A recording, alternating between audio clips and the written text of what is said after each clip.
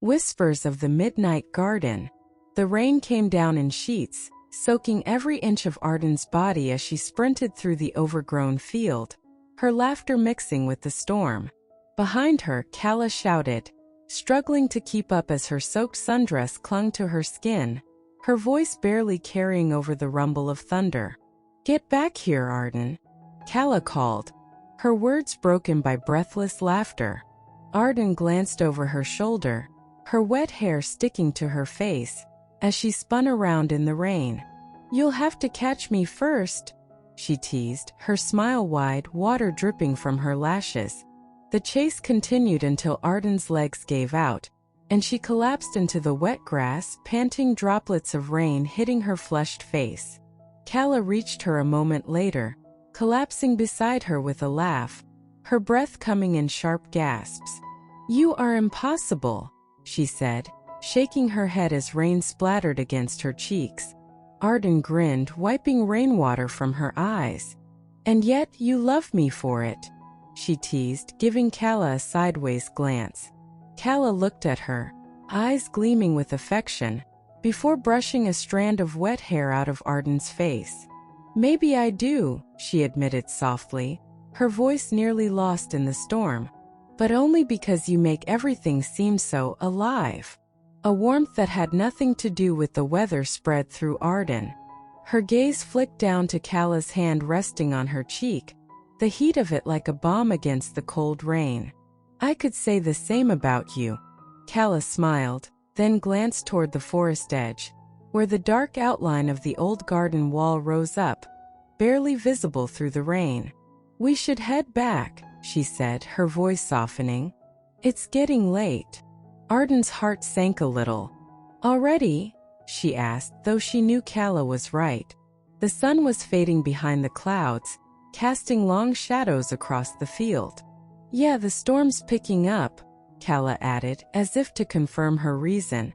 She stood, offering a hand to Arden, who took it without hesitation, feeling the familiar spark of connection. Together they walked back toward the cobbled path that led to Calla's house, their hands brushing occasionally, the silence between them filled with unspoken words. As they neared the edge of the field, Arden stopped abruptly. "Wait," she said, glancing over at Calla. "Before we go, there's something I want to show you." Calla raised an eyebrow, curiosity flickering in her storm-gray eyes. "What is it?" "Come with me," Arden said, tugging her toward the garden's ancient stone gate. The gate, once grand and imposing, was now half hidden by ivy and years of neglect. It groaned as Arden pushed it open, the sound swallowed by the rain. Beyond it, the garden stretched out, forgotten and overgrown, with wildflowers and moss reclaiming the pathways. "This place," Calla whispered, stepping inside with wide eyes. "It feels different." Arden nodded, guiding her through the tangled vines. "I found it last summer.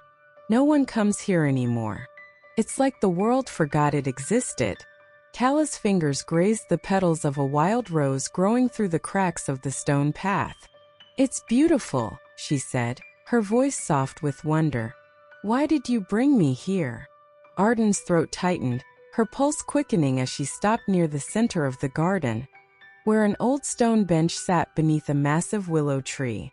"I brought you here because—" she hesitated, the words catching in her chest. "I wanted to show you something real, something untouched by everything out there. Like us." Calla's breath hitched, her gaze locking onto Arden's. "Arden!"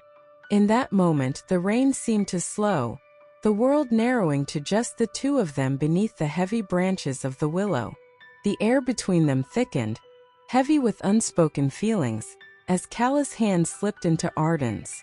The warmth of her touch sent a shiver through Arden, grounding her. Arden began, but before she could finish, a low rustle came from the far side of the garden. Both girls froze. "Did you hear that?" Calla whispered, her grip tightening on Arden's hand. Arden nodded, her heart racing as she peered into the shadows beyond the trees. "Yeah, but it's probably just the wind," she said, though even she wasn't convinced. Suddenly, the rustling grew louder, followed by a faint whisper. A voice neither of them recognized. "Leave now." Calla's eyes widened, her grip turning painful on Arden's arm. "Arden, we should go." Arden swallowed hard, her gaze darting between the garden's shadowy corners. "Wait, let's just." Before she could finish, the whisper came again, closer this time. "Leave before it finds you."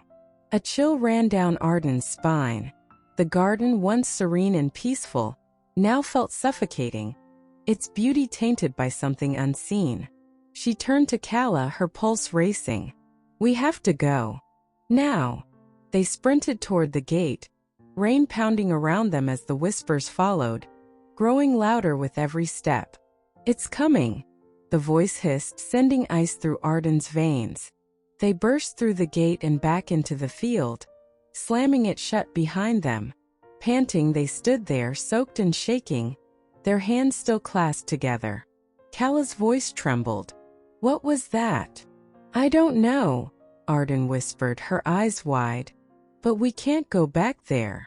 Calla nodded, her expression mirroring the fear that clutched at Arden's chest. "We'll figure it out. Together." Arden met her gaze, and despite the terror still lingering in her bones, she smiled faintly. Together. They stood there in the rain, their connection deeper than ever, knowing that whatever haunted the midnight garden wasn't finished with them yet. But they also knew that whatever came next, they would face it side by side, no matter the cost.